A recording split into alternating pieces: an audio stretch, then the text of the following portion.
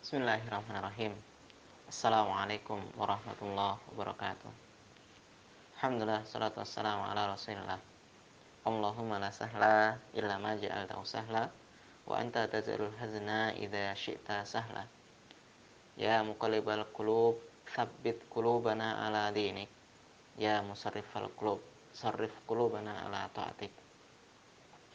Baik, teman-teman para santri Kitab Al-Fatih yang dirahmati Allah Subhanahu wa taala.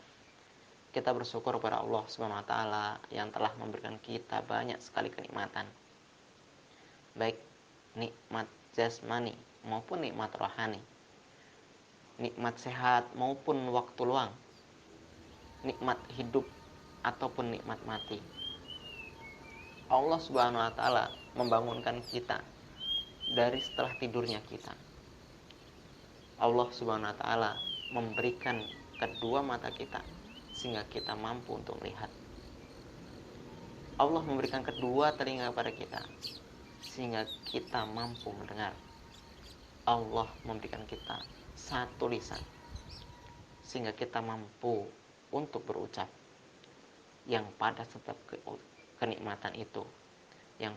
kenikmatan itu memiliki fungsi dan pelajaran.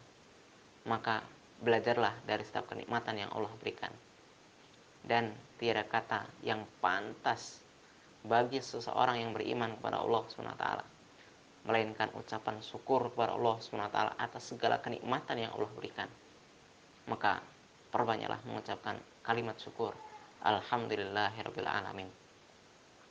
Salat dan salam semoga tetap tercurahkan kepada Nabiullah Muhammad sallallahu alaihi wasallam, juga kepada keluarganya, para sahabatnya, para tabi'in, tabi'ut tabi'in, serta orang-orang yang senantiasa sikoh meniti jalan dan sunnahnya. Dan kita berdoa kepada Allah Subhanahu wa taala, mudah-mudahan kita termasuk bagian dari umatnya yang mampu istiqomah dalam menjalankan sunnah Nabi kita, Nabi Muhammad sallallahu alaihi wasallam. Baik teman-teman para santri Kitab Al-Fatih, yang semoga Allah senantiasa memberikan rahmatnya kepada kita. Belajar dari sebuah negeri Indonesia yang hari ini ditimpa musibah dengan virus corona. Tapi yakinlah bahwasanya virus tersebut adalah bagian dari makhluk Allah Subhanahu wa taala yang hari ini Allah turunkan kepada kita. Bagi orang yang beriman, itu adalah sebuah kenikmatan. Kenapa demikian? Sebagaimana Allah banyak memberikan contoh pada umat-umat terdahulu. Ada Abu Ubaidah yang meninggal karena wabah taun. Tapi itu adalah sebuah kenikmatan. Kenapa? Karena itu dihitung sebagai syahid. Namun bagi orang-orang yang tidak beriman kepada Allah, maka itu adalah sebuah azab. Maka kita penting untuk bersyukur dalam situasi kondisi seperti ini. Karena itu adalah sesuatu yang diajarkan oleh Nabi. Teman-teman yang dirahmati Allah SWT, maka seperti kebiasaan kita di hari Jumat akan mendengarkan sebuah kisah. Maka hari ini pun kami akan sampaikan sebuah kisah. Kisah seseorang yang senantiasa tabah. Kisah seseorang yang senantiasa tenang menghadapi segala ujian. Kita ambil dari salah seorang ulama tabi'in yang beriman kepada Allah SWT, yang hidup di padang pasir di dalam sebuah tenda. Maka suatu ketika Abdullah hendak makan siang, namun dari kejauhan terdengar suara lari kuda yang begitu kencang yang dikendarai oleh salah seorang laki-laki, yang dari kejauhan senantiasa mengucapkan, "Wahai Abdullah, Abdullah, Abdullah," memanggil nama Abdullah dengan kepanikan. Di atas kudanya yang melari begitu kencang, debu-debu berhamburan karena hempasan dari kaki-kaki kuda yang berlari begitu kencang. Maka ketika sampai di depan tenda, dia segera melompat dari kudanya, kemudian mensingkap atau membuka tenda tersebut yang di dalamnya ada Abdullah yang sedang makan. Maka ketika itu langsung dia memanggil Abdullah, "Wahai Abdullah, anakmu mati ditusuk orang di pasar." Maka ketika itu Abdullah dengan tenang yang sedang mengunyah makanannya berhenti mengunyah, menoleh kepada laki-laki tersebut, kemudian mengatakan,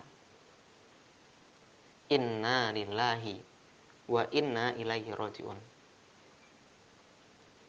Kami milik Allah dan akan kembali kepadanya. Kemudian Abdullah pun meneruskan,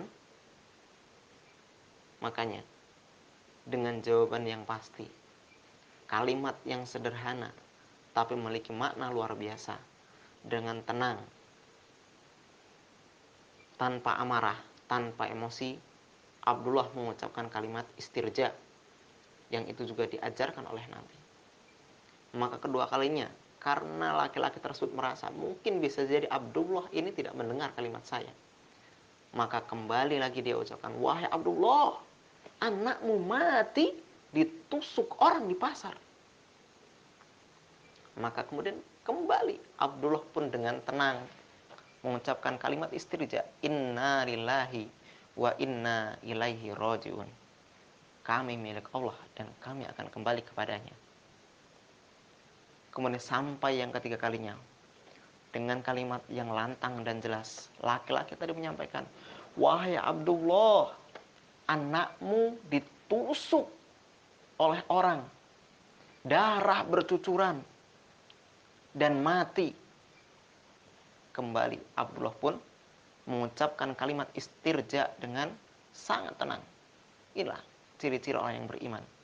Kemudian dari situ, setelah itu, maka Abdullah menyelesaikan makanannya karena dia tahu bahwasanya ketika seseorang membuang makanan itu adalah perbuatan mubadzir, ya, dan itu adalah salah satu perbuatan para syaitan. Maka sudah dikatakan, innal mubadzirina kanu ikhwanu syayatin, ya, bahwasanya orang yang senantiasa melakukan kemubadziran itu adalah temannya setan.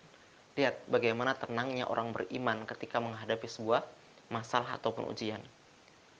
Kita lihat belajar dari Abdullah tadi. Maka teman-teman, maka tetap tenang, jaga kesehatan, ya.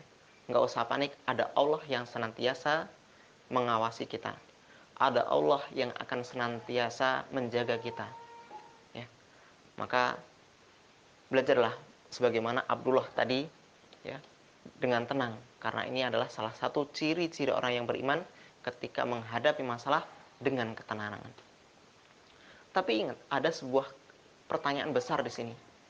Apa sih yang menjadikan Abdullah itu kemudian